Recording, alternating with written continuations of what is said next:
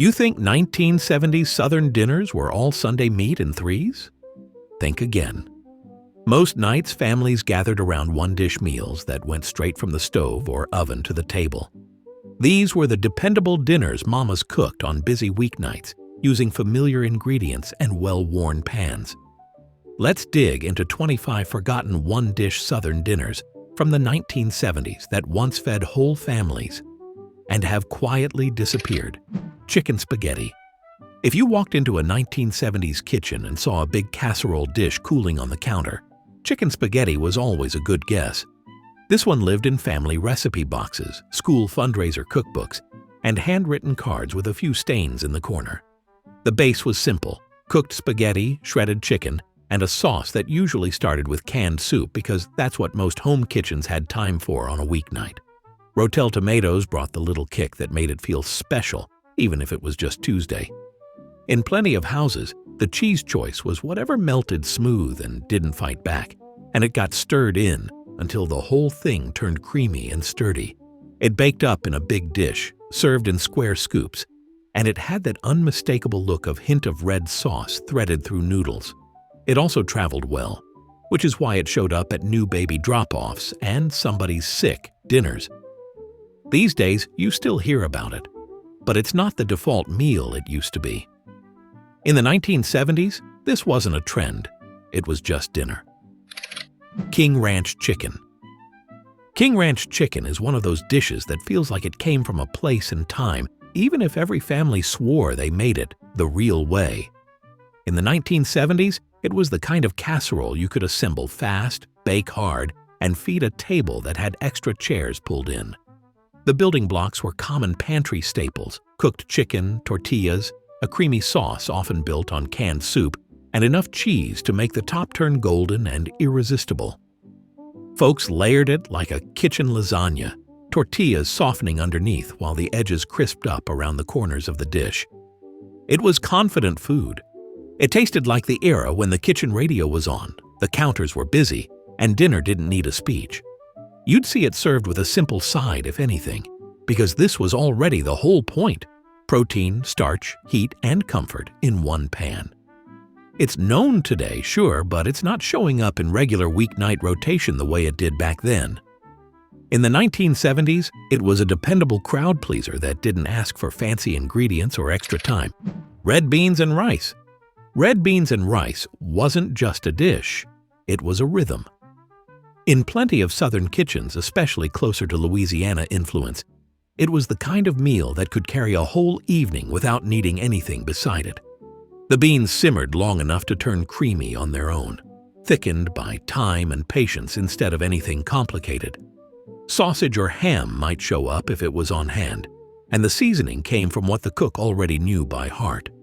Meanwhile, rice kept everything grounded and filling, stretching a pot of beans into a full family dinner. In the 1970s, this was still a normal home routine, the kind of meal you could smell on the street in neighborhoods where people kept their doors open and neighbors waved from the porch. It was practical, but it also had pride in it, because the cook knew exactly how they wanted their beans: looser, thicker, smokier, spicier, or mild enough for everybody to take their own path with hot sauce. These days, you can buy versions everywhere. But the sit-and-simmer home pot isn't as common. Back then, it was a steady dinner that made the whole kitchen feel like it knew what it was doing. Jambalaya. Jambalaya is one of those one-dish dinners that looked different in every house, but the spirit stayed the same.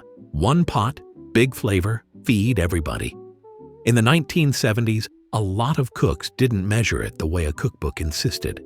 They built it by feel: browned meat first, then onion and pepper, then rice, then liquid, then whatever else made sense. Chicken and sausage were common, shrimp when it was available, and the pot simmered until the rice took on that seasoned color, and the whole thing thickened into something you could scoop and serve. It was a dinner that solved a weeknight problem. You could make a lot of it without juggling 5 pans. That mattered in a decade when plenty of households had 2 working adults, older kids with activities, and a general sense that time had gotten tighter. Jambalaya still exists today, but it's more likely to be ordered than made, or it gets treated like a project. In the 1970s, it wasn't a special challenge. It was a familiar pot that showed up when you needed dinner to handle itself. Brunswick Stew. Brunswick Stew was one of those dinners that felt like it belonged to the community as much as it belonged to the family. In the 1970s, you'd see it at fundraisers, gatherings, and also simmering at home in a big pot when somebody wanted dinner that could last more than one night. The stew itself was thick and hearty, built around shredded meat, tomatoes, corn, lima beans, and whatever the cook's version called for. Some families leaned more tangy, some a little sweet, some with more heat. What didn't change was the way it filled up bowls and quieted a hungry kitchen fast. It was often served with cornbread, crackers, or whatever starch was easiest, but the stew was absolutely the main event. It's also a dish that photographs and films beautifully.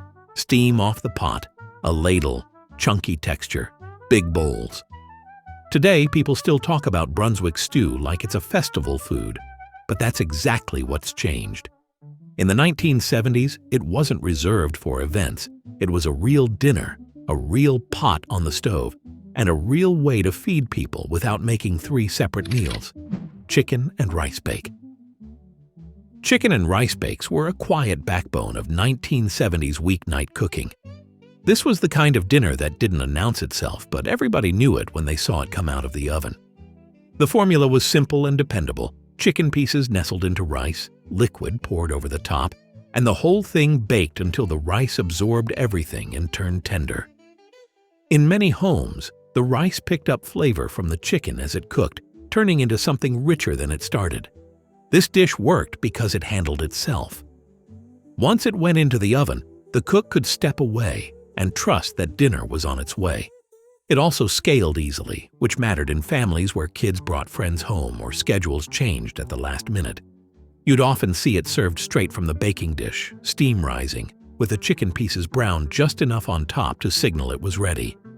Today, chicken and rice still exists, but the old baked version has largely been replaced by quicker stovetop or boxed shortcuts. In the 1970s, this was a normal, dependable way to turn a few basic ingredients into a full meal without juggling multiple pots. Dirty rice, dinner-sized. Dirty rice wasn't always treated like a side dish. In many Southern kitchens during the 1970s, it stood on its own as dinner. Cooked in a single skillet or pot, it combined rice with seasoned meat and aromatics, turning humble ingredients into something deeply satisfying. The rice took on color and flavor as it cooked, and by the time it was ready, it didn't need anything else to feel complete. This was the kind of dish that made sense in a decade when cooks leaned heavily on what they already knew and already had. It reheated well, fed everybody evenly, and didn't require separate vegetables or extra courses. You could scoop it into bowls or pile it onto plates and call it done. These days, dirty rice is more likely to show up as a side or a specialty item, but in the 1970s, it often carried the whole meal. Shrimp Creole over rice. Shrimp Creole was one of those dinners that made a weekday feel slightly elevated without asking for extra work. In the 1970s, especially in Southern households with coastal influence, this was a practical one-dish meal served right over rice.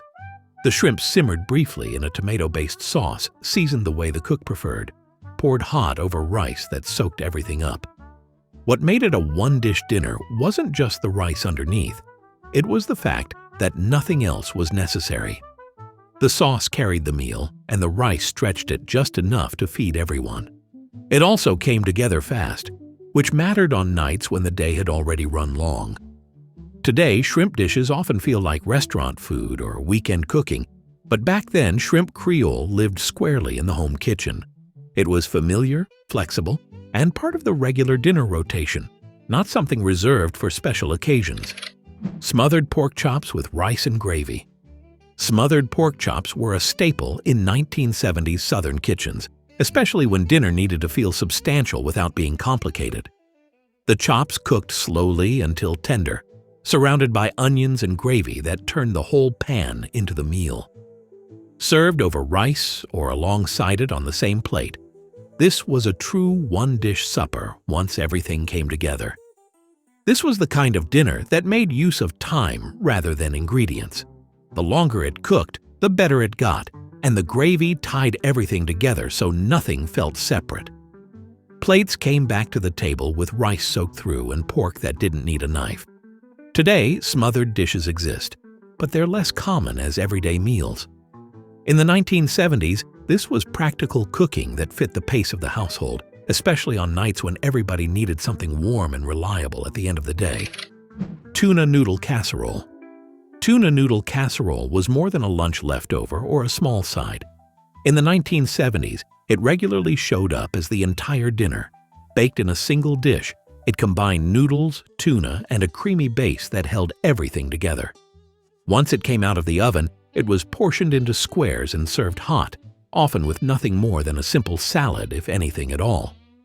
In the 1970s, tuna noodle casserole showed up when the pantry was already half used, and nobody felt like making a second trip to the store. The noodles boiled while the oven heated, the tuna got drained at the sink, and the whole thing was stirred together in one bowl before being poured into a casserole dish that had seen better days. It baked until the top set and the edges pulled slightly away from the pan, then went straight to the table. Plates came back scraped clean, and whatever was left stayed right there in the same dish for tomorrow. It wasn't treated like a retro recipe or a punchline. It was just one more night where dinner showed up and did its job. Beef Stroganoff skillet.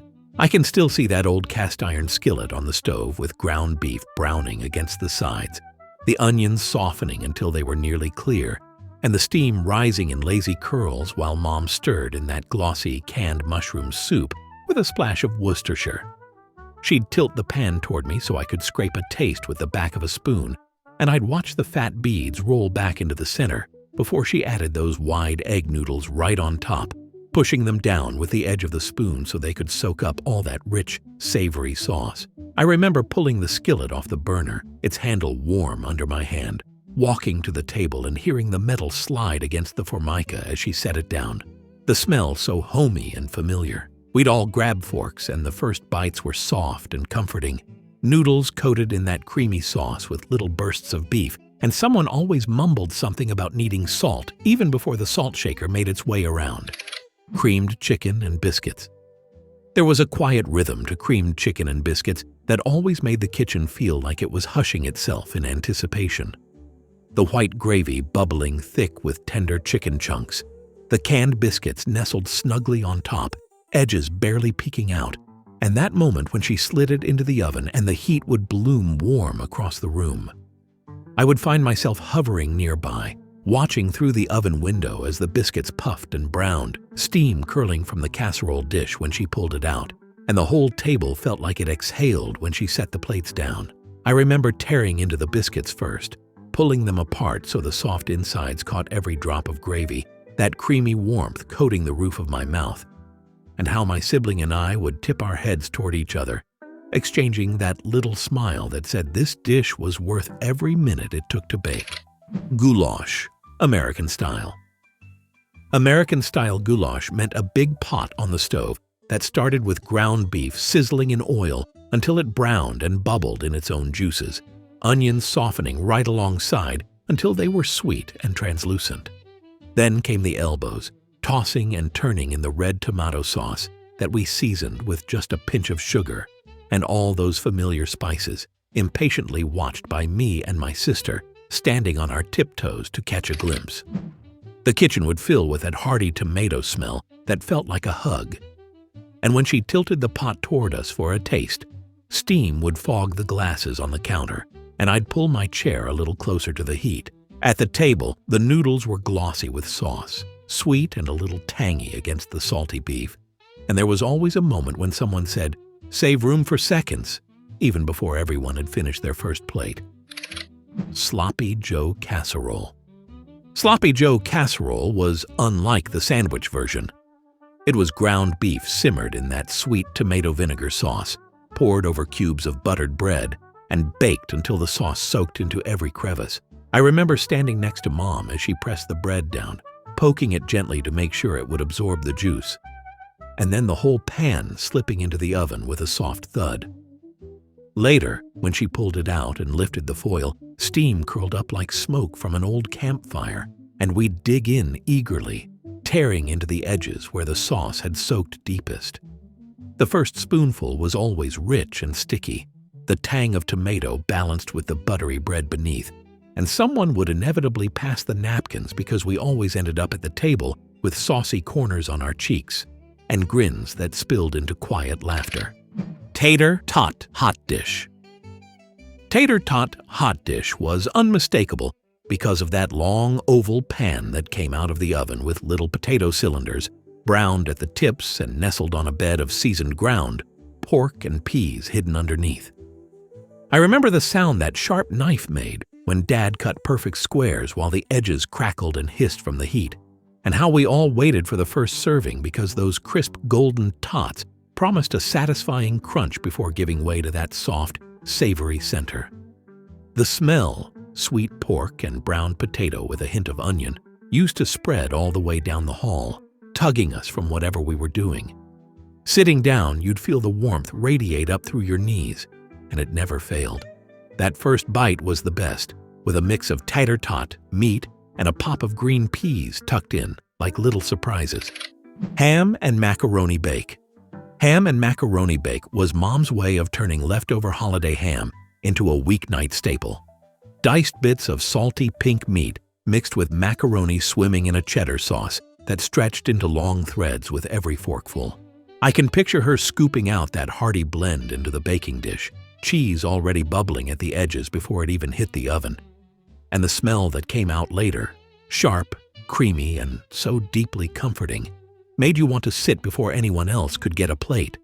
We'd scrape the browned bits stuck to the sides of the dish, those little caramelized treasures, and laugh when someone pretended they were the best part, even though we all knew it was the creamy center that really stole the show.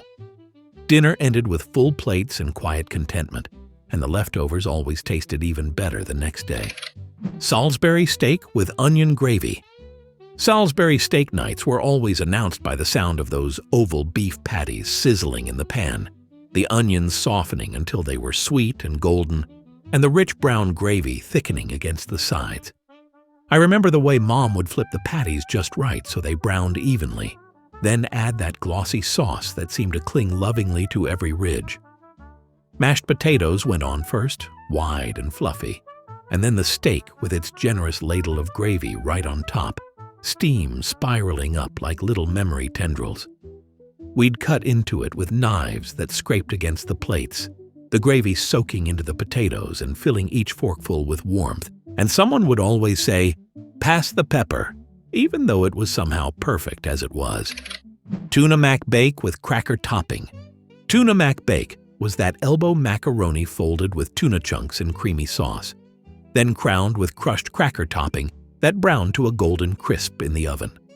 I remember watching Mom sprinkle that cracker layer, how it looked like soft snow before the heat turned it crunchy, and the oven warming the whole kitchen until it felt cozy and full. When she lifted the dish out, steam curled up from the cracks in that cracker crust, and we'd nudge our chairs a little closer, all eager for that first break into that crisp top. The sauce underneath was thick and tender. The tuna flaked so gently it almost melted into the noodles, and every scoop had that mix of crunchy and creamy that made dinner feel like something special. Stuffed green peppers casserole. Stuffed green peppers casserole was like all the best parts of a Sunday dinner in one. Deconstructed wedges of bright green bell pepper nestled into rice and beef that had simmered in tomato until it was rich and slightly sweet. I can still hear the soft sigh the pan made when she slid it into the oven. And later, the moment she lifted the foil, and that warm, tangy scent bloomed through the kitchen, wrapping around us like an old quilt. We'd dish it out onto plates with peppers standing tall and proud in their cozy bed of rice and sauce, the colors so bright they almost glowed under the dining room light. Every bite was a balance.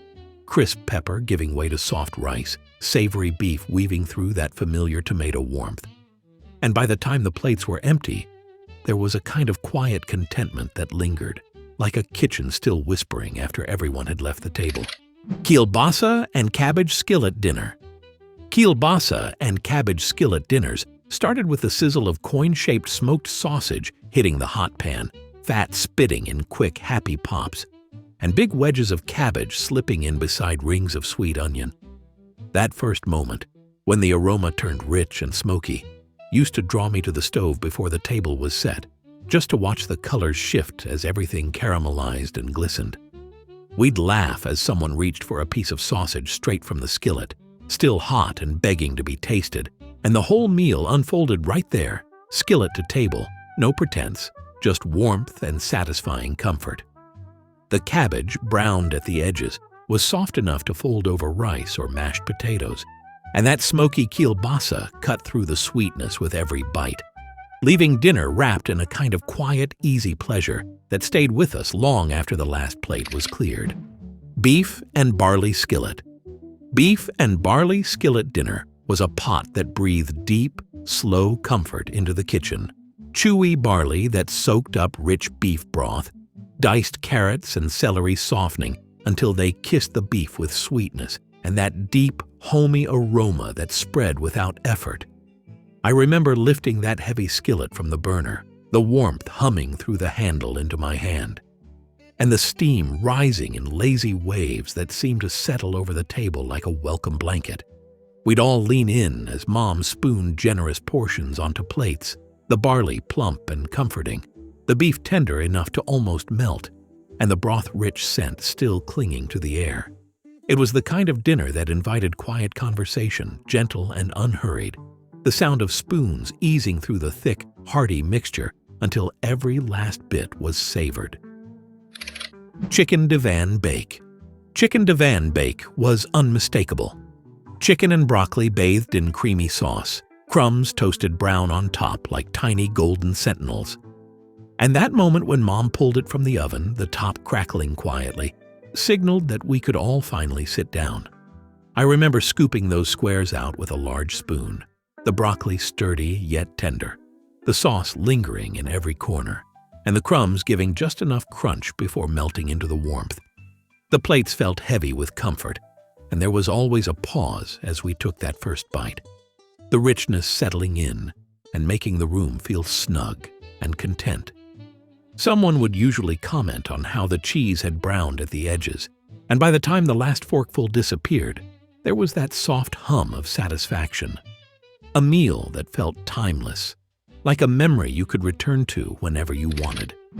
Cheesy Hamburger Potato Bake.